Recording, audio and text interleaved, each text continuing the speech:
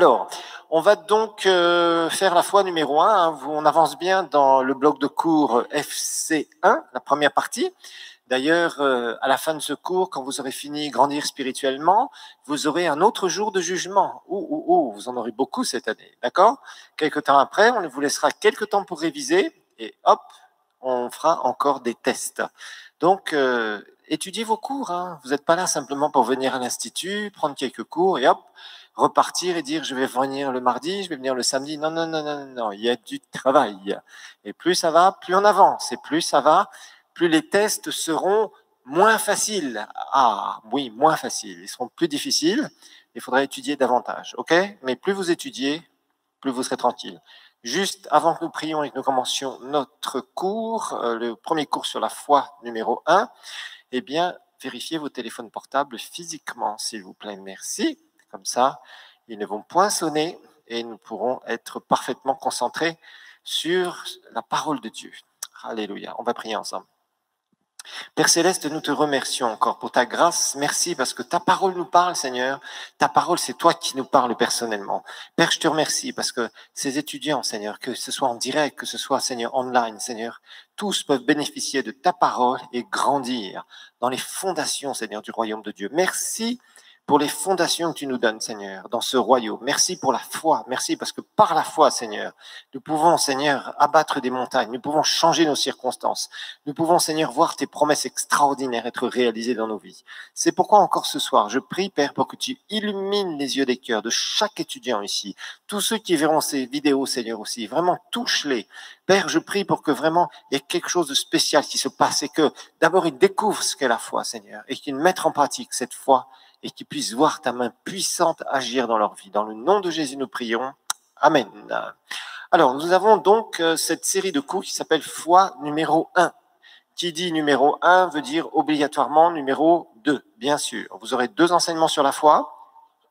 Cette année, c'est quelque chose qui est important parce que vous devez savoir ce qu'est la foi. Alors, on va regarder ce premier cours de base, ça s'appelle foi numéro 1.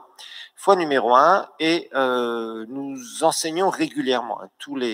À chaque fois que je fais l'Institut biblique, chaque année où nous faisons l'Institut, bien sûr, j'enseigne sur la foi, parce que la foi, c'est quelque chose qui est très, très important, comme nous allons le voir. En fait, nous allons découvrir que la plus grande loi de l'univers, c'est d'abord la loi de l'amour. Rappelez-vous que Dieu a tant aimé le monde qu'il a donné son Fils unique. Et la deuxième plus grande loi de l'univers, ça va être la loi de la foi.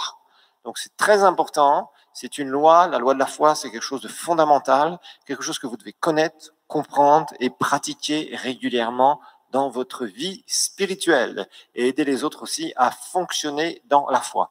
Alors, chaque année, on a toujours des témoignages, hein, vraiment des gens qui sont remplis du Saint-Esprit parce qu'ils l'ont reçu par la foi. Ils ont enfin compris ce que c'était que recevoir par la foi. D'autres qui sont guéris, d'autres qui vraiment financièrement sont touchés parce qu'ils commencent à mettre leur foi en action, tout simplement. Et on découvre que à propos de la foi, justement, souvent, vous savez, il y a des gens qui prêchent ou des gens qui enseignent, ils disent oui, il faut croire, amen, alléluia. Oui, il faut avoir la foi. Sans la foi, tu peux rien faire, etc., etc. Bon, tout ça c'est bien. Alors ça nous motive et puis on se dit finalement, c'est quoi la foi? Hein, parce que nous dire de croire, c'est bien. Nous dire d'avoir la foi, c'est bien. Nous montrer ce que peut nous octroyer le fait de marcher dans la foi, c'est une très bonne chose. Le problème, c'est qu'il faut savoir ce que c'est et comment ça fonctionne. Ça, c'est très important. Le découvrir, le comprendre avec nos têtes d'abord, ensuite avec nos cœurs, et après, bien évidemment, le mettre en pratique et que ce soit un style de vie pour vous. Vivre par la foi, ça doit devenir un style de vie. Parce que savoir qu'on peut vivre des miracles, c'est bien. Savoir que Dieu peut faire de grandes choses, c'est bien. Mais il faut savoir comment recevoir ces choses-là, comment voir la puissance de Dieu agir dans nos vies. Et ces cours sur la foi, ces 2 grands enseignements sur la foi vont vous aider à vous montrer, ça va vraiment vous montrer comment faire, quoi faire, d'abord ce que c'est que la foi, comment, je dirais, découvrir ce que c'est que la foi, savoir comment elle est générée, où est-ce qu'elle est générée dans nos cœurs, les différents types de foi qu'il existe, etc. Découvrir nos promesses aussi, on parlera de l'alliance sur laquelle nous sommes. On verra la différence entre essayer d'être d'accord avec sa tête, ce qu'on appellera l'agrément intellectuel et la vraie foi. On va voir aussi qu'il va falloir persévérer dans la foi jusqu'à temps de voir le résultat désiré. Nous découvrirons tout ça. Et puis, on verra aussi un petit chapitre sur la différence entre la foi et l'espérance. Donc, tout ça, nous allons le voir tranquillement au fur et à mesure. Alors, maintenant, je ne veux pas que ça reste théorique, hein. Les enseignements que je vais vous faire ici sur la foi, ça va être des choses pratiques. Je veux que vous appreniez à pratiquer la parole de Dieu. Parce que la foi sans action, ou par une autre traduction, je dirais qui est moins bonne, sans les œuvres, ça veut dire sans action, sans agir sur sa foi, bah, elle est morte. Ça n'aboutira à rien. Donc il va falloir que vous appreniez ce que c'est que la foi, comment elle est générée, sur quoi vous pouvez, donc, qu'est-ce que vous pouvez croire, qu'est-ce qu'il faut ne pas croire, justement aussi, et comment aussi pouvoir la mettre en pratique. Ok ? Alors, on va découvrir tout cela, et on va d'abord voir un premier texte dans Hébreux chapitre 6, versets 1 et 2. Hébreux 6, versets 1 et 2, c'est l'auteur de l'Épître aux Hébreux, dont je pense personnellement que c'est l'apôtre Paul, même s'il n'est pas mentionné, en tout cas beaucoup pensent ça. C'est pourquoi, laissant les éléments de la parole de Christ, tendons à ce qui est parfait. Ah, le mot parfait, maintenant, vous savez ce que ça veut dire? On l'avait vu. Parfait, ça veut dire quoi? Mature. Rappelez-vous de ça, d'accord? Adulte. Tendons à ce qui est parfait, ça veut dire tendons vers la maturité, si vous préférez. D'ailleurs, il y a d'autres traductions qui disent ça. Sans poser de nouveau le fondement du renoncement aux œuvres mortes, verset 2. Il va nous donner toute une liste ici. Renoncement aux œuvres mortes. Non, verset 2, s'il vous plaît. Merci. C'est toujours Hébreux 6, verset 2. Merci pour l'affichage. Non, chapitre 6, verset 2. Merci. Ok. On voit que la projection... Voilà, merci. De la foi en Dieu, vous voyez, de la foi en Dieu, de la doctrine des baptêmes, oui, il y a plusieurs baptêmes, de l'imposition des mains, de la résurrection des morts et du jugement éternel. Donc on voit que dans Hébreux chapitre 6, versets 1 et 2, on va revenir au verset 1, s'il vous plaît, où il nous parle ici, c'est pourquoi, laissant les éléments de base de la parole de Christ, tendons vers la maturité. Voilà, sans poser de nouveau le fondement du renoncement à quoi? Aux œuvres mortes, de la foi en Dieu, etc. Donc, on voit que ce soit du renoncement aux œuvres mortes, ça veut dire essayer de gagner son salut par les œuvres, la foi en Dieu, la résurrection, les baptêmes, le jugement dernier, etc., ça fait partie des doctrines de base, des doctrines de fondation que chacun d'entre nous, on doit bien connaître. Donc, la doctrine de la foi, mettez le verset 2, s'il vous plaît, encore une fois, la doctrine de la foi, qui est juste après les œuvres mortes, de la foi en Dieu, vous voyez, directement, c'est quoi? On voit que ça doit faire partie de nos fondations. Mais ce qui est étonnant, c'est que beaucoup de chrétiens, quand on leur pose la question, c'est quoi vraiment la foi? Ils ne savent pas trop. Oui, tu sais, il faut que tu crois la Bible. En croyant la Bible, tout va bien aller dans ta vie. Vous voyez, des choses comme ça. Non, c'est quand même un peu plus profond. Voilà. Donc, dans ce cours, on va découvrir, voilà, justement, cette fondation, et ça va nous permettre de comprendre les bases de la foi, des fondations scripturaires, justement, ce que c'est, d'où vient la foi, où est-ce qu'elle est produite, comment la recevoir pour plaire à Dieu. Évidemment, tout ça, ça nous amènera vers quoi? La prière efficace. Parce qu'on va voir, vous aurez 2 cours sur la prière, aussi 2 enseignements, de série d'enseignements sur la prière. Évidemment, la foi va jouer un rôle primordial dans notre vie de prière. Allez, on y va. Chapitre 1, définition de la foi biblique. Définition de la foi biblique. Définition de la foi biblique.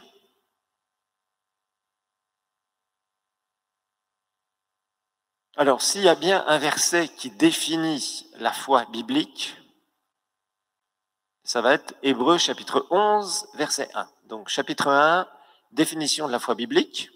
Et notre verset vraiment de fondation ici, ça va être Hébreux chapitre 11, verset 1. Vous vous rappelez souvent, c'est bon dans nos cours d'avoir des versets de fondation. Là où on fait référence régulièrement, on revient sur ces versets et on revient encore et encore et encore et encore. Pourquoi? Pour que nous puissions mieux comprendre, mieux découvrir réellement la doctrine qu'on est en train d'étudier. L'homme en 3 dimensions, on se rappelle, le verset de fondation, c'était quoi? 1 Thessaloniciens 5, verset 23. Maintenant, ça appuie beaucoup de secrets pour vous. Eh bien, la définition de la foi, on la trouve ici, dans Hébreux, chapitre 11, verset 1. Et nous allons décortiquer ce verset. Or, la foi est une ferme assurance des choses qu'on espère, une démonstration de celles qu'on ne voit pas. Or, la foi est une ferme assurance. Ça, c'est vraiment un verset qu'il faut que vous connaissiez même par cœur. La foi est une ferme assurance des choses qu'on espère, une démonstration de celles qu'on ne voit pas. Ça, c'est vraiment un verset que vous devez lire, sur lequel vous devez méditer, que vous devez vous répéter à vous-même, et que cette définition, vous puissiez la comprendre et vraiment, je dirais, ça fasse partie de vous-même. Alors, on va décortiquer tout ça. On va chercher un peu, on va fouiller un peu. Hein. J'ai préparé tout un tas de définitions pour vous aider à mieux comprendre. Alors au début, c'est bien sûr, ce sont des mots, puis après, petit à petit, qu'est-ce qu'on va faire? Bien, on va au fur et à mesure donner des images pour mieux comprendre certaines choses, etc., pour que vous puissiez comprendre ce qu'est la foi. La foi, bien sûr, biblique. Alors, ici, l'expression qui a été traduite par la foi est une ferme assurance. Ferme assurance, ça veut dire une assurance. La ferme assurance, vous mettez égal, une assurance, une preuve.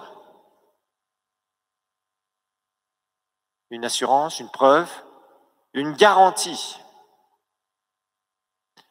Une assurance, une preuve, une garantie, la réalité de quelque chose.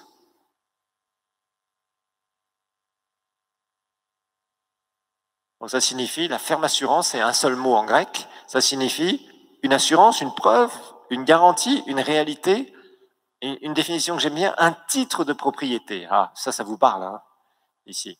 Un titre de propriété, une fondation.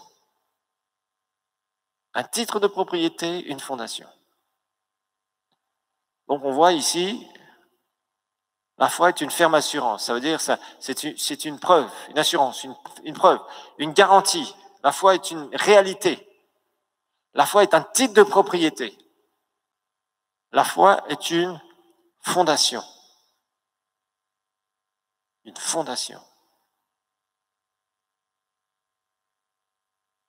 Donc, on va continuer encore avec d'autres définitions. Donc, la foi est une ferme assurance, une preuve, une garantie, une réalité, un titre de propriété, une fondation, des choses qu'on espère. On va expliquer ce que c'est que des choses qu'on espère. Une démonstration des choses qu'on ne voit pas. On va regarder maintenant le mot démonstration. Une démonstration. Une démonstration, vous mettez égal à quoi? Une conviction. Donc une conviction. Une réfutation, c'est-à-dire quelque chose qui dit non, ça c'est pas la réalité de Dieu, sous-entendu. Une réfutation, une manifestation de la vérité. Donc démonstration, ça signifie une conviction, une réfutation, c'est-à-dire quelque chose où tu dis non, c'est pas ça la réalité. La réalité, c'est ce que la parole de Dieu dit, sous-entendu. C'est ça que ça veut dire. Une manifestation de la vérité. Donc une conviction, une réfutation, une manifestation de la vérité, une preuve.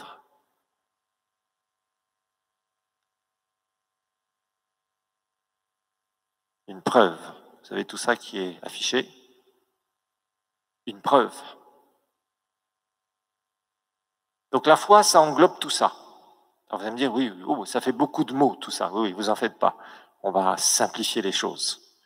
D'abord, on essaye de rentrer dans les mots, on regarde les définitions, puis après, on commence à se dire, oui, ok, on va essayer de simplifier un certain nombre de choses pour mieux comprendre. Nous sommes des êtres humains, nous avons besoin d'images parfois qui nous permettent de mieux comprendre des choses, de mots simples, des fois de définitions, puis après, on resimplifie les choses, puis après, on donne des images, et petit à petit, on commence à mieux comprendre ce que c'est. Voilà. Donc, si je reprends ces définitions, voilà. La foi, c'est une garantie, un titre de propriété, une assurance, une fondation qui soutient notre espérance. C'est une manifestation, une démonstration, une conviction, une preuve des choses qu'on ne voit pas avec quoi? Nos yeux. Voilà. Alors maintenant, en résumé, on va réfléchir un peu à ça. On va réfléchir à un peu les deux grandes idées ici. La première grande idée qu'on a dans ce verset, donc numéro 1, la grande idée qu'on a déjà, c'est quoi? La grande idée, c'est que la foi, c'est un titre de propriété. Un titre de propriété, c'est quoi? Un titre de propriété, c'est un document officiel qui prouve qu'une chose vous appartient. Donc la première chose qu'on voit ici, dans cette définition de la foi, c'est que la foi, c'est un titre de propriété. Ça prouve que quelque chose m'appartient.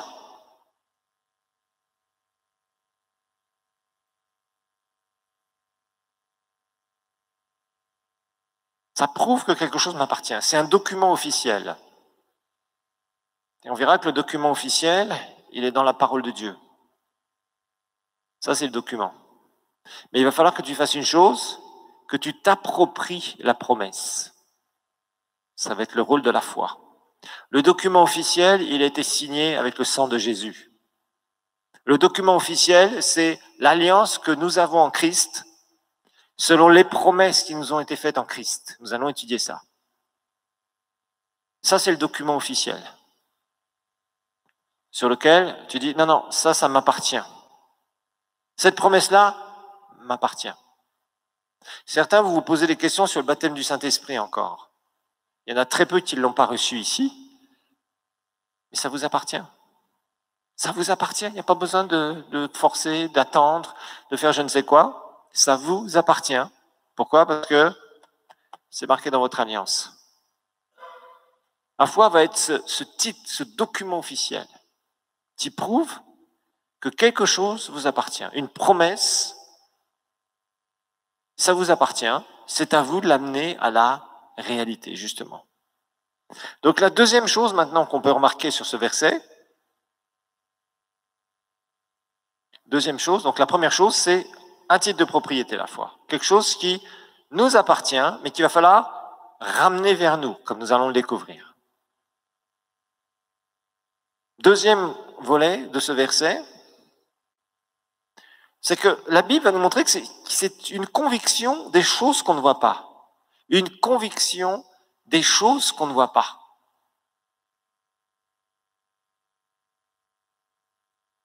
Conviction des choses qu'on voit. Donc la foi va s'opposer à quoi? Aux circonstances, à quelque chose que tu vois ou que tu ressens. La foi va s'opposer à tes 5 sens. C'est ça qu'il faut bien comprendre. Ici, on a le verbe voir dans la définition. Une démonstration de celle qu'on ne voit pas. Une conviction. Une preuve des choses qu'on ne voit pas. Donc en fait, ta foi va s'opposer à quoi? Va faire la guerre à quoi? Aux circonstances. Aux circonstances. Ta foi va s'opposer, va faire la guerre à quoi? À tes circonstances. C'est ça qu'il va falloir que tu comprennes. On verra que Paul dira à Timothée, combat quoi? Combat le diable? Non. Combat les démons? Ah. Vous avez autorité sur eux. Il ne faut pas les combattre, il faut les chasser. Il dira, combat quoi? Le bon combat de la foi. Hey. Vous allez découvrir, vous allez voir. Il va falloir que vous compreniez comment ça marche. C'est ça qui est super important. Le royaume de Dieu a ses lois spirituelles. Il y a des choses qui... Tu ne peux pas déroger à ces choses. Ces choses-là existent. Ce sont des lois spirituelles du royaume de Dieu. Donc tu dois obligatoirement les réaliser, les comprendre et les pratiquer, c'est tout. C'est pas compliqué. C'est pour ça qu'il y a beaucoup de chrétiens, ils sont là à faire des trucs, tout un tas de gymnastique spirituelle. Des fois, on se dit, mais qu'est-ce que vous faites? Parce que les gens essayent de remplir quelque chose, en fait, du temps, avec leurs prières, des fois super bizarres, etc., plutôt que de vraiment avoir une prière qui va être puissante, qui va être efficace, qui va atteindre des objectifs. Et on verra qu'un grand rôle, le grand rôle de la foi dans la prière. Ça, c'est quelque chose qui est très important. Donc, si je ne comprends pas la foi, je ne pourrais pas prier avec puissance. Je ne peux pas prier avec efficacité. Je ne peux pas voir le Seigneur agir comme il devrait agir. Pourquoi? Parce que je manque de l'ingrédient principal. On verra, la foi, c'est comme l'essence dans une voiture. Et la prière, on comparera ça avec une voiture. Une voiture qui est là, si tu n'as pas d'essence dedans, tu peux démarrer, elle peut être toute neuve, il n'y a rien qui va se passer, il n'y a pas d'énergie. La foi, c'est ce qui va transmettre, justement. C'est l'énergie qui va permettre la propulsion de ta prière. On va voir ça. On va petit à petit mieux comprendre. Pour l'instant, on essaye de regarder. Alors, évidemment, il va y avoir une guerre en nous.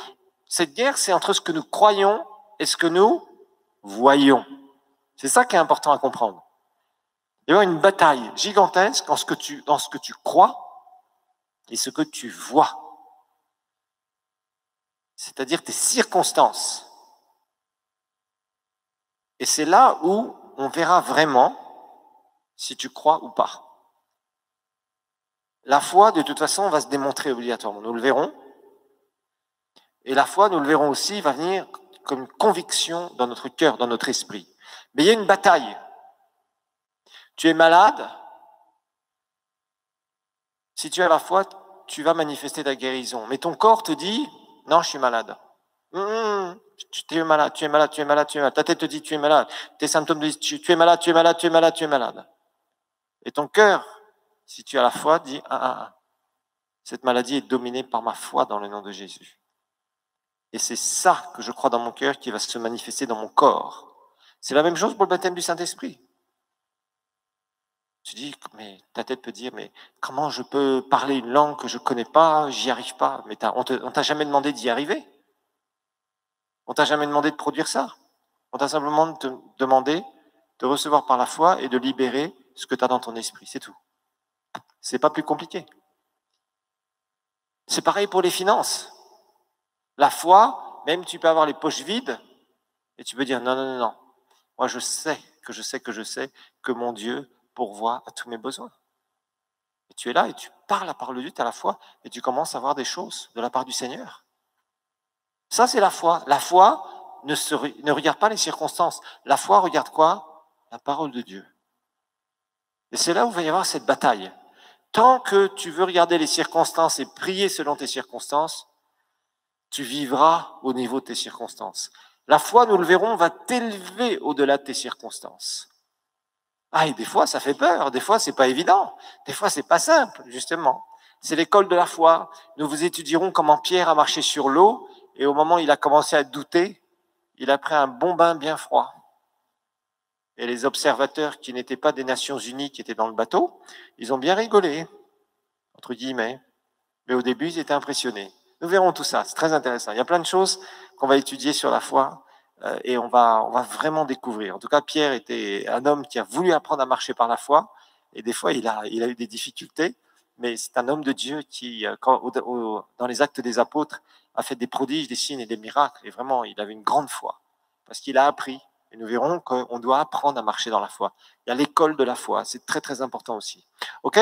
Donc voilà, on va découvrir en fait que on a tout un héritage que le Seigneur nous a donné, et il va falloir qu'on s'en empare, qu'on en prenne possession. Il nous l'a donné, c'est comme je vous expliquais, je crois il y a quelques cours, l'image de, vous vous rappelez, l'Égypte, c'est l'image de quoi? L'image de l'esclavage de Satan, du péché. La traversée de la mer Rouge, c'est l'image, on l'a vu de quoi? De la nouvelle naissance, vous vous rappelez?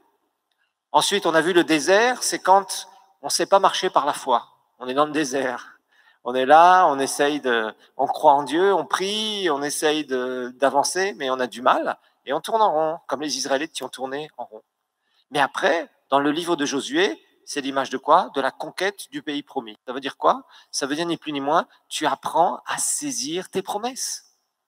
Le pays, entre guillemets, c'est-à-dire ton héritage spirituel, c'est ça aujourd'hui pour nous, c'est pas un pays physique, eh bien, cet héritage spirituel nous appartient. Il faut simplement apprendre à le manifester.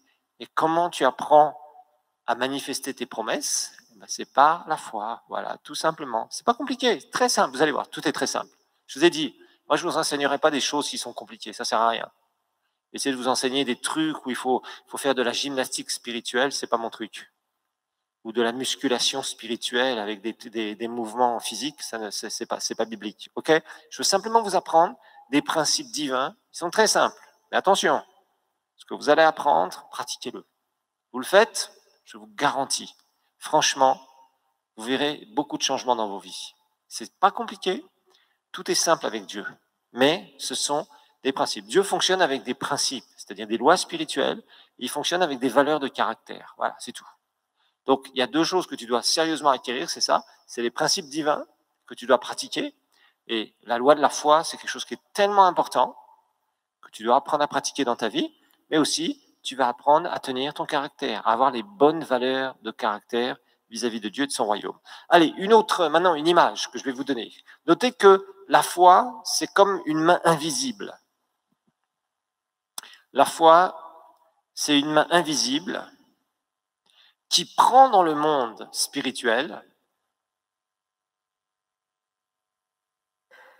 La foi, c'est ma main invisible ou la main invisible qui prend dans le monde spirituel ce que Dieu m'a déjà donné en Jésus.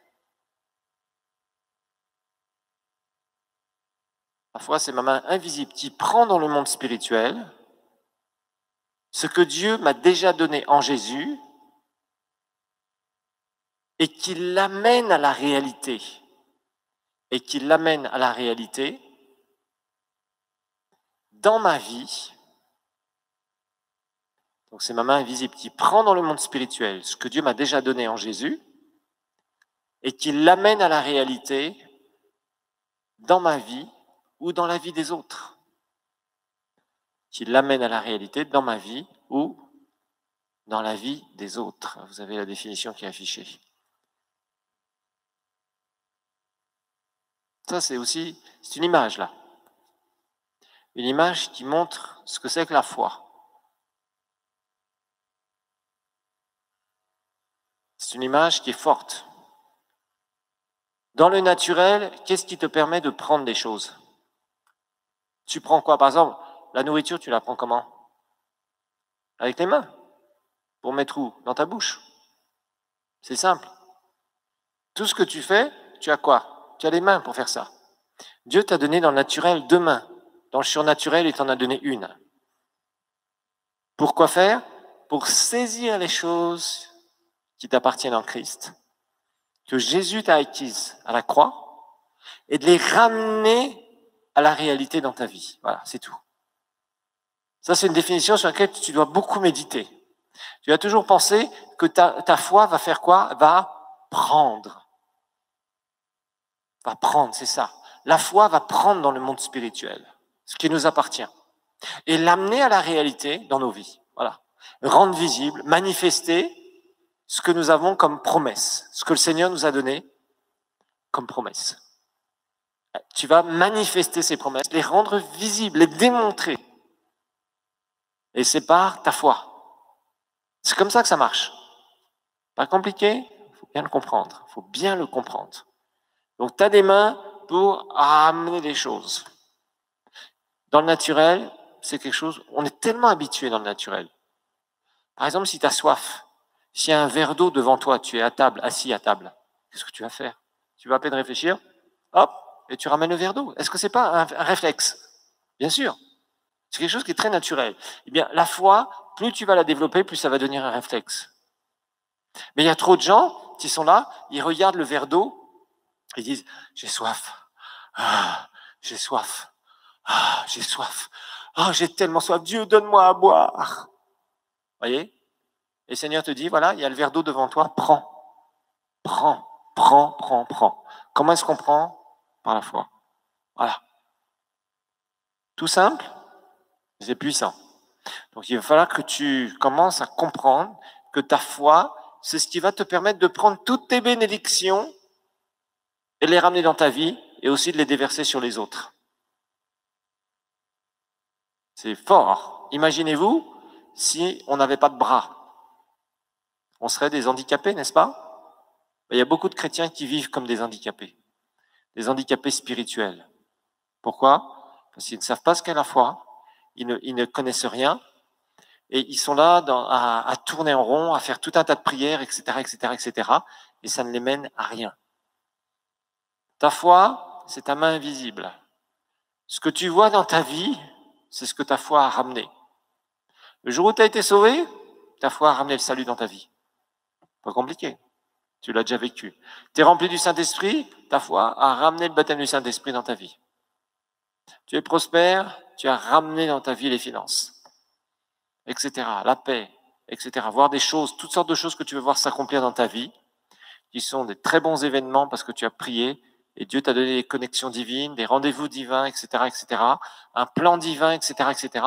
Tout ça, c'est ta foi qui va ramener ces choses. C'est ta foi. La prière seule n'accomplira pas le job. Ça, c'est une grave erreur que beaucoup de gens pensent. La prière seule n'accomplira pas le job. C'est ta foi avec la prière, les deux ensemble, qui vont accomplir le job. Mais sans la foi, on va le voir, ça ne sert à rien. Tu peux prier tout ce que tu veux, mais bon. Alors, en fait, on va découvrir, et en reprenant cette définition, que la foi va finalement amener à la réalité quoi? Une promesse. Une promesse. L'espérance est une promesse. La foi est une ferme assurance des choses qu'on espère. Quand tu espères quelque chose, c'est un souhait, n'est-ce pas? Oh, j'espère que j'aurai un bon job l'année prochaine. C'est une espérance. Est-ce que c'est une réalité? Non. Pas du tout. C'est quelque chose, c'est un bon souhait, quelque chose que tu aimerais. Et bien dans la Bible, il y a plein de choses que Dieu veut pour toi, que tu aimerais aussi voir se réaliser dans ta vie. Qu'est-ce qui va amener ces promesses à se réaliser dans ta vie? Ta foi. Le Seigneur va te parler par rapport à certaines choses. On verra la volonté spécifique de Dieu. On verra la volonté générale de Dieu qui est révélée dans sa parole, toutes les promesses que Dieu a pour nous. Et puis, nous allons découvrir aussi que le Seigneur va nous parler personnellement. On découvrira comment. On verra comment chercher la volonté de Dieu. Et puis, on va découvrir comment entrer. Ça s'appelle la destinée. Et ce n'est pas des choses qui se passent par hasard. Je sais qu'aujourd'hui, on parle beaucoup de ce sujet, mais on a l'impression que Dieu est un magicien qui va tout changer du jour au lendemain chez beaucoup de gens. C'est pas comme ça que ça marche, du tout, du tout, du tout. Et beaucoup de gens se trompent eux-mêmes, se séduisent eux-mêmes avec des paroles comme ça. Ils ne comprennent pas. Ils utilisent un joli vocabulaire, il n'y a rien qui se passe dans leur vie. Pourquoi? Parce qu'ils n'appliquent pas, ou ils ne comprennent pas, ou ils ne connaissent pas certains principes fondamentaux du royaume de Dieu. Et ces principes fondamentaux, on a besoin de les étudier, on a besoin de les comprendre, et surtout, on a besoin de les pratiquer. Vous voyez, souhaiter quelque chose, ça ne l'amène pas. Quand tu souhaites, quand tu espères quelque chose, tu crois que ça va amener les choses à la réalité? Pas du tout. Combien de fois on a prié en espérant et on n'a rien vu? Si tu pries et que tu espères, ça ne marchera pas. J'espère que Dieu va faire quelque chose pour moi. Tu es dans la désillusion totale, tu verras rien du tout. Rien du tout, non. C'est pas espérer, c'est faire que tu crois et que tu ramènes à la réalité. Alors vous voyez, c'est quelque chose qui existe beaucoup chez les chrétiens. Au début, notre vie spirituelle, c'est comme un champ, vous voyez, qui n'a jamais été cultivé. Il faut que vous voyez votre vie spirituelle comme ça. Un champ, vous voyez, souvent la Bible va nous comparer à des arbres. Il y a plusieurs analogies comme ça dans la parole de Dieu, où Dieu nous compare à des arbres, et ces arbres qui sont pleins de vie, ou au contraire qui ont très peu de vie, des arbres qui portent des fruits, des arbres qui ont des belles feuilles, ou au contraire dont les feuilles commencent à jaunir. La Bible nous compare à cela. Et en fait, ce qui se passe, c'est que il va falloir que vous voyez votre vie spirituelle comme un grand champ qui n'a jamais été cultivé. Et il va falloir que vous compreniez que les premières choses qu'on fait, si vous achetez une parcelle de terrain, que vous voulez vraiment en faire un jardin extraordinaire, où il y a de très beaux arbres fruitiers, où il y a de très belles fleurs, etc., etc. Les premières choses que vous allez devoir faire, c'est enlever les grosses pierres. C'est le travail au début qui est dur. Couper les arbres qui sont à moitié pourris ou ceux que vous ne voulez pas. Ça, c'est du boulot. Après, il va falloir commencer à enlever les pierres qui sont un peu plus petites. Après, vous allez commencer à essayer de retourner la terre. Et là, vous allez vous apercevoir qu'il y a encore plein de cailloux, il y a encore des troncs d'arbres qui sont morts, il y a des trucs, des saletés, etc. Et vous êtes obligé d'abord de tout nettoyer. Puis au bout d'un moment, vous aurez une terre qui est bien retournée, qui est propre, sur laquelle vous allez pouvoir planter des bons arbres, planter des bonnes graines. C'est comme ça dans nos vies spirituelles au départ. Il y a des grosses pierres. Il y a des gros détritus qui sont là. Tout ça, c'est quoi? C'est nos croyances religieuses. C'est nos mauvaises façons de penser. Tiens, soyez transformés par le renouvellement on revient à l'amour 3 dimensions. Vous voyez, il y a plein de choses comme ça qu'on ignore au début, parce qu'on donne notre vie à Jésus, et d'un seul coup, on se dit, bon ben voilà, moi je voudrais marcher avec le Seigneur. Ok, tu as soif de marcher avec le Seigneur. Le truc, c'est que d'abord, il faut nettoyer ton terrain. Ta parcelle, il va falloir enlever les grosses pierres. C'est pas un boulot qui est facile à faire. Tu transpires et tu vois pas grand-chose. Tu es content quand tu vois une parcelle, un beau terrain, où il y a des beaux arbres fruitiers, où il y a des belles fleurs, où il y a un gazon qui est impeccable, etc. Ça, c'est bien. Tu es content de voir ça. Mais tu ne sais pas le travail qui a été fait pour en arriver là. Avant de voir le résultat, il faut que tu passes par le travail. Et là où tu vas devoir travailler dans ta vie, c'est enlever ces espèces d'idées bizarres. Il y a beaucoup d'idées bizarres. On pense souvent, vous savez, des trucs qui sont là, à droite, à gauche, parce que, comme je le dis, et je vous le redirai encore, on a tous un arrière-plan spirituel, quelque part. Tu as eu des croyances avant d'être sauvé. Ou peut-être que quand tu as reçu le Seigneur, tu as poussé tordu, comme un arbre tordu. Pourquoi ? Parce qu'on t'a inculqué des espèces de trucs bizarroïdes, des doctrines bizarres, qui ne sont pas scripturaires, qui ne sont pas la vraie parole de Dieu qui donne la vie. Puis tu les as crues, parce que peut-être qu'on t'a inculqué ça depuis que tu es tout petit. Des choses qui sont fausses, des choses que tu crois, des mentalités que tu penses sur Dieu ou sur sa façon d'agir, etc. Et qu'est-ce que tu fais ? Eh bien, tu es là et tu es rempli de ces choses-là encore, et tu as du mal à commencer à dire, waouh, finalement, le royaume de Dieu, c'est, oh, il y a tout ça, oh, je croyais pas que ça marchait comme ça. Et là, ça va cogner. Donc, il y a même des choses dans vos têtes, plus on va avancer dans certains domaines, plus ça va cogner dans certaines têtes parmi vous. C'est normal, ne vous inquiétez pas. L'important, c'est que vous acceptiez la parole de Dieu. Parce que parfois, la parole de Dieu frappe sur nos têtes et on dit, waouh, non, non, vraiment, je ne comprends pas ça. J'ai eu bon nombre d'étudiants qui étaient comme ça, en disant, pasteur, quand tu as enseigné ça, moi, je n'étais pas d'accord. Ok ? Puis après, la personne a prié, elle a cherché la parole de Dieu, puis à ce moment-là, elle a dit, waouh, effectivement, c'est ça. Et là, elle a commencé à changer, et le Seigneur a commencé à la bénir, parce que vous savez, il y a des choses comme ça. Moi, c'est pareil, quand j'étais à l'école biblique aux États-Unis, il y avait des choses, ça tapait dans ma tête, hein. Parce qu'il y avait des grosses pierres, il y avait des arbres à couper, il y avait des choses à déraciner. Et parfois, nous avons des croyances qui sont fausses et qu'on va devoir déraciner de nous. Alors, on va commencer à enlever une grosse pierre. On va découvrir d'abord Hébreux 11, verset 6. On va découvrir que c'est Dieu qui nous demande d'avoir la foi. Hébreux 11, 6. L'Épître aux Hébreux, c'est vraiment le chapitre de la foi.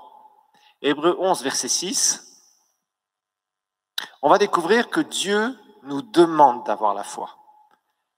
En d'autres mots, notez que c'est une exigence de la part de Dieu envers nous. Dieu exige que nous ayons la foi. Vous compreniez que Dieu a des exigences aussi. Il nous aime, mais il a des exigences. Dieu exige que nous ayons la foi. C'est une exigence de Dieu. Et on va le voir par ce verset. Dieu exige qu'on ait de la foi. Et je vous montrerai une prière, certains vous la faites encore, qu'il ne faudra jamais plus faire dans votre vie, une prière qui ne sera jamais exaucée. Vous savez qu'il y a des prières qui ne sont jamais exaucées ? Ah oui. Et il y en a que certains chrétiens font ça 1000 fois. Et 1000 fois, ils ne sont pas exaucés. Mais je ne sais pas pourquoi ils continuent à faire 1001 fois, et 1002 fois, et 1003 fois. Ils continuent. Non, il faut se débarrasser des trucs bizarres, religieux. Les trucs qui ne portent pas de fruits, il faut que tu les nettoies, là. Tu les chasses de ta vie. Alors, la Bible va nous dire, or, sans la foi, il est impossible de lui être agréable. Car il faut que celui qui s'approche de Dieu croit que Dieu existe et qu'il est, regardez ce verset, merveilleux, il est le rémunérateur de ceux qu'il cherche. Entre guillemets, le rémunérateur, c'est il salarie, il donne un salaire à ceux qu'il cherche. Il donne un salaire à ceux qui le cherchent bien sûr de tout leur cœur.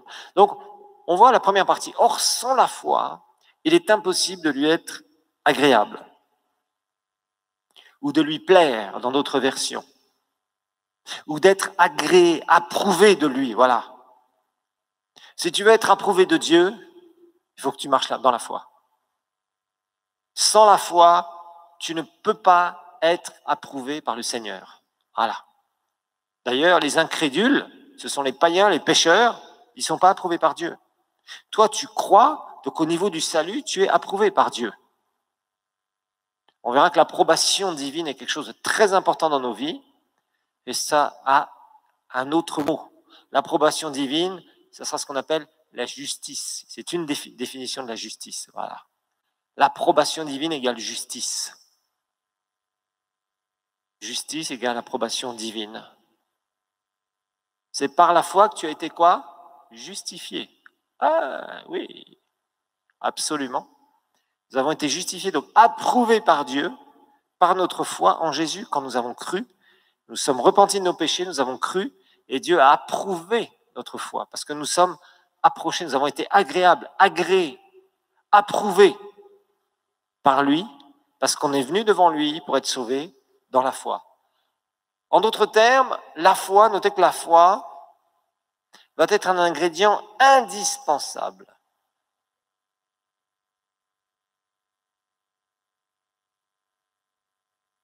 La foi va être un ingrédient indispensable pour s'approcher de Dieu.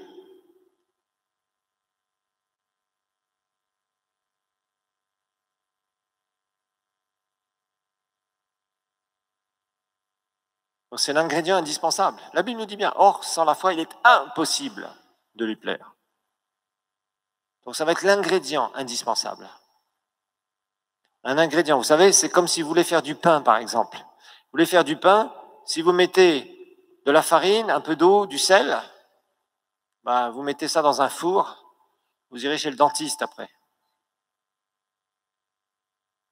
Il faut quoi? Il faut de la levure pour faire gonfler la farine et pour faire du pain qui sera mangeable et qui sera bon.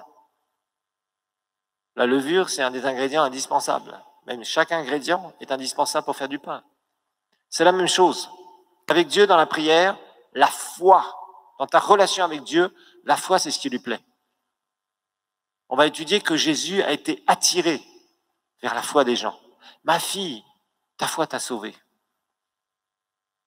Je n'ai jamais entendu une aussi grande foi, nous découvrirons tout cela dans l'Écriture. En Israël. Plein de choses. Vous allez voir, la foi, ça va être quelque chose qui va être absolument indispensable. Il faut que vous compreniez comment ça marche, il faut la développer, il faut qu'elle grandisse, et c'est là où vous verrez des choses absolument fabuleuses et merveilleuses. Donc, Dieu a des exigences. La foi, c'est une exigence de Dieu. Ne viens pas faire toutes tes prières, tous tes jeûnes, tout ce que tu veux, des blablas à Dieu sans foi. Vous savez, il y a des gens, ils ne prient pas. Il y a des gens qui font ce qu'on appelle la prière de plainte.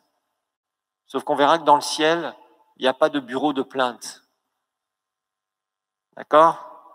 Donc on ne peut pas se plaindre. Dieu n'est pas là pour écouter tes petits malheurs et tes plaintes. Dieu est un Dieu de foi et Dieu veut que tu fonctionnes dans la foi. Donc il va falloir vraiment que tu le comprennes. C'est important. Vous savez, il y a des gens, on a l'impression que quand ils prient, ce sont devenus des grands-mères qui racontent toute leur vie à Dieu. Ils font des jeûnes et ils font des prières de grand-mère. Racontant, Seigneur, j'ai fait ça. Seigneur, j'ai ouvert le robinet. Seigneur, j'ai fermé le robinet. Amen. Tu m'as aidé à fermer le robinet, Seigneur. Oh, alléluia. C'est vraiment, Dieu n'en a rien à faire de ces histoires. Soyons clairs, on va voir les priorités de Dieu. C'est très important. Très important.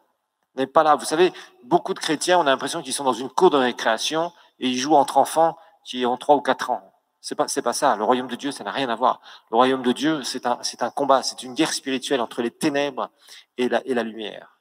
C'est exactement ça. Donc, vous savez, il y a des choses dans lesquelles, pourquoi Dieu nous demande ça? J'en sais rien. En tout cas, on obéit et on ne dit rien de plus, rien de moins. Il y a souvent des gens qui vont, par exemple, dans des réunions de prière, c'est terrible. Ils prient. Alors, ils disent qu'ils ont prié pendant des heures. À la fin, à la sortie de l'église, tu leur dis, au fait, tu as prié pourquoi? Attends, je me souviens plus exactement. Hein. Ah bon, tu as passé 3 heures dans la prière et tu sais pas pourquoi tu as prié, toi? Mais il y a des gens, c'est pas comme ça que ça marche. On va voir qu'il va y avoir des cibles. On va voir, il faut des objectifs. La prière, c'est pas du blabla. La prière, ça va vraiment avoir des objectifs. Remplir des objectifs, et ces objectifs vont être manifestés au travers de ta foi. Il faut être des gens de vision. Il faut que vous vouliez accomplir des choses au travers de vos prières. Trop de chrétiens sont là en train de faire des blabla, blabla, blabla, blabla, blabla, et ça ne sert à rien. Ce n'est pas les heures que tu vas passer dans la prière qui sont importantes, c'est les fruits que tu vas porter. On verra dans les cours sur la prière, ce n'est pas la quantité qui est importante, c'est la qualité. Et c'est là où il va falloir que tu changes tes priorités, tes façons de faire. Et la foi va être un ingrédient qui va être absolument indispensable. L'important, nous le verrons, c'est le résultat. Alors une prière qui ne sera jamais exaucée. Certains vous la faites et vous ne la ferez plus à partir d'aujourd'hui, c'est promis, c'est sûr. Une prière qui ne sera jamais exaucée. Vous voulez connaître une prière qui ne sera jamais exaucée? Ah, vous voulez la connaître. Ben, c'est très simple. Cette prière, c'est « Seigneur, donne-moi la foi ». C'est une prière qui ne sera jamais exaucée. « Seigneur, donne-moi la foi ». Et notez, c'est une prière qui ne sera jamais exaucée. Et je vais vous le montrer dans la parole de Dieu. Je vais vous montrer ça.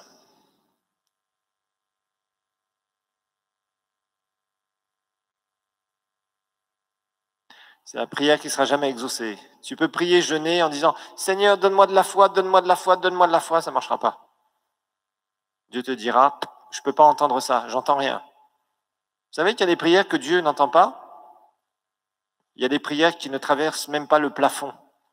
Sauf si tu cries un peu plus fort, il y a peut-être les corbeaux qui entendront tes prières. Mais les corbeaux ne pourront pas grand-chose pour toi. Il y a des prières qui ne sont pas scripturaires, c'est-à-dire qui ne sont pas conformes à la parole de Dieu. Je sais, certains, ça bouleverse un peu votre théologie parce que ça fait déjà 20 ans, 10 ans, 5 ans, 15 ans que vous priez « Seigneur, donne-moi la foi », mais si ça avait marché, tu aurais une très grande foi aujourd'hui. C'est pas comme ça que ça marche du tout, la foi. Et vous savez, il y a des choses qu'on fait par ignorance, parce qu'on ne connaît pas la parole. Ici, vous apprenez la parole. On va, étape après étape, on va apprendre beaucoup de choses sur la parole. Ça va beaucoup vous aider dans votre vie spirituelle. Ça va bouleverser votre vie spirituelle. Mais il y a des choses aussi que des gens refusent de pratiquer. Par exemple, on leur dit, ça ne sert à rien de prier, Seigneur, donne-moi la foi, et on va le prouver par l'Écriture. Et on verra comment vient la foi, justement. Parce que c'est bien de dire, il ne faut pas faire ça. Il faut expliquer pourquoi on ne doit pas le faire.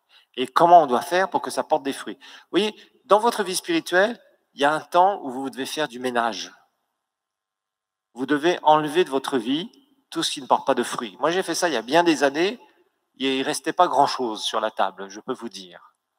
Parce que j'avais beaucoup de choses qui n'étaient pas scripturaires. Et j'ai commencé à dire au Seigneur, moi, Seigneur, tous les trucs qui fatiguent, qui ne portent pas de fruits, qui ne font pas avancer, je n'en veux plus dans ma vie. Toutes les prières bidons qui ne servent à rien, je n'en veux plus dans ma vie. Les trucs qui sont là, tu pries et tu vois rien, ça ne sert à rien, je n'en veux plus dans ma vie. Et je me suis débarrassé de ces idées, de ces trucs bizarres, parce qu'on en a tous, et c'est normal.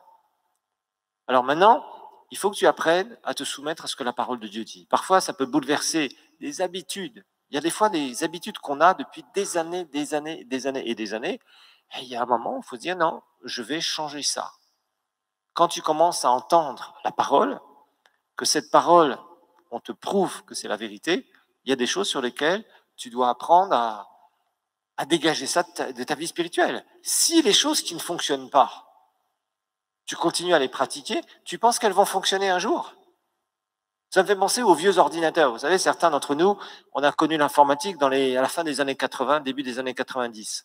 À l'époque, on avait ce qu'on appelait le DOS, là, avant que Microsoft ne fasse les Windows. Et alors, on était obligé de taper des instructions. Vous savez, on tapait le nom du programme d'abord pour rentrer dedans avec des slash, des anti-slash, des points, des machins, des trucs, etc. Et ça se terminait toujours par point exe et on faisait Enter. Et souvent, l'ordinateur disait, je ne comprends pas ce que tu veux dire. No comprendo. Alors tu recommençais, tu tapais. Comme ça, ça s'appelle la syntaxe. On tapait des fois des trucs longs comme ça. Tu appuies sur Enter, tu dis, j'espère que ça va marcher ce coup-ci. Et il te disait, programme non trouvé. Et tu continuais. Et des fois, tu t'apercevais que tu faisais la même erreur de syntaxe. C'est-à-dire, il y avait une petite lettre qui était un majuscule ou un minuscule, ou tu avais mal placé le point ou le point virgule ou quoi que ce soit. et tu faisais toujours la même erreur. Tu tapais toujours la même bêtise. L'ordinateur, il disait pas, bon écoute, tu as fait 1000 fois la même bêtise, mon cher, ce coup-ci, refais la même bêtise et je te pardonnerai et je passerai le mot. Et j'ouvrirai le programme. Non, il te disait toujours, non, non, non, refus, refus, invalide, invalide, invalide, invalide. Rien. Il n'y avait rien qui changeait. Tu pouvais taper 50 000 fois la même chose. Si tu tapais avec une erreur dedans, une erreur de syntaxe, c'est-à-dire un chiffre, un point, une ponctuation, une lettre qui était fausse, majuscule ou la place d'une minuscule ou le contraire, ça ne marchait pas. Et c'est la même chose dans la prière. Si tu as prié 1000 fois, 10 000 fois pour un truc et il n'y a rien, c'est pas Dieu le problème. Vous savez, Dieu n'est pas sourd. On n'a pas besoin de lui imposer les mains pour qu'il entende. Ok? Il entend très bien, le Seigneur. Mais il entend avec des conditions divines. Donc, ce que tu vas apprendre, c'est te mettre dans les conditions divines pour avoir quoi? Les résultats divins. Voilà, c'est pas compliqué.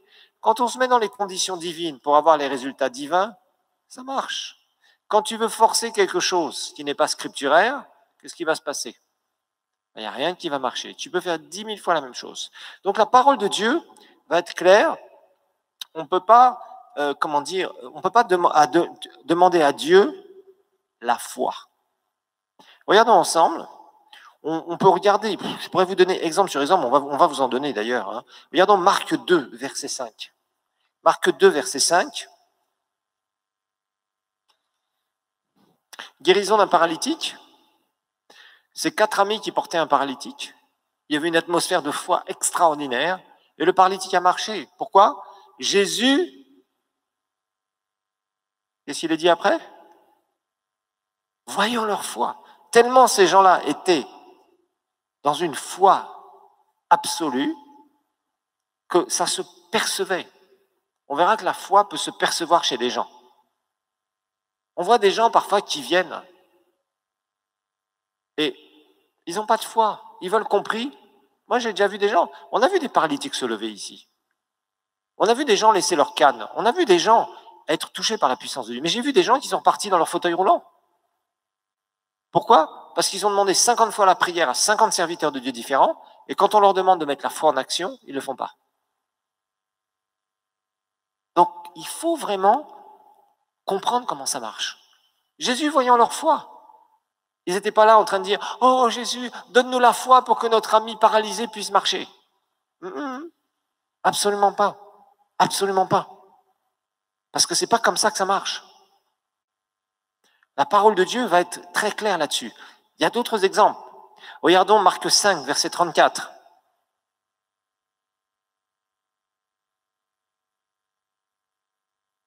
Marc 5, verset 34.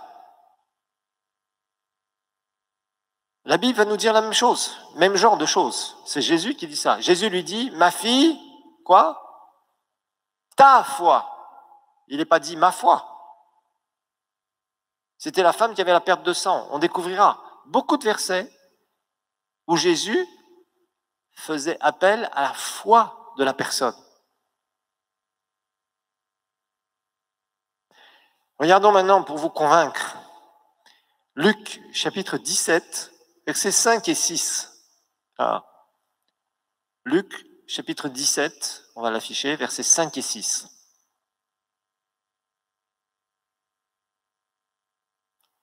Parce que je sais que certains, vous lisez les Écritures et vous avez pensé à ce verset. N'est-ce pas? Mais je vous connais, hein, vous les étudiants. Hein. Quand on enseigne quelque chose, vous avez toujours une idée derrière la tête. Non, non, non, il y a un verset, pasteur, qui dit que... Ok. Oui, oui, il y a un verset. Les apôtres dirent au Seigneur, augmente-nous la foi. Alors attendez, avant d'afficher le verset 6, qu'est-ce que Jésus va faire? Il va leur imposer les mains et il va augmenter leur foi? Non, regardons verset 6. Qu'est-ce que Jésus va dire? Et le Seigneur dit, si vous aviez la foi, de la foi comme un grain de sénévé, comme un petit grain de moutarde, vous diriez à ce sycomore, déracine-toi et plante-toi dans la mer, et il vous obéirait. Les disciples disent à Jésus, augmente-nous la foi. Qu'est-ce que Jésus leur dit? Si vous aviez la foi. Il ne dit pas, attendez, on va jeûner, on va prier. Absolument pas. Nulle part vous verrez que Dieu va donner la foi à quelqu'un par rapport à quelque chose que cette personne veut recevoir. Nous verrons qu'il y a un don qu'on appelle un don de foi spécial. C'est un don spirituel selon la volonté du Saint-Esprit. On en parlera, ne vous inquiétez pas. Quand vous aurez grandi, que vous serez des grands de deuxième année de l'Institut biblique, ça marchera. On vous expliquera tout ça. Entre-temps, on apprend les bases. Les bases, c'est quoi? Les bases, c'est clair. Une exigence de Dieu pour pouvoir agir, c'est quoi? Que nous ayons la foi. Donc, en résumé, qu'est-ce que je suis en train de vous dire? La foi, c'est la responsabilité de qui? De Dieu ou de nous? De nous, voilà. Notez bien, la foi, c'est notre responsabilité. La foi, c'est notre responsabilité. Voilà pour ce premier cours. On fait une petite pause.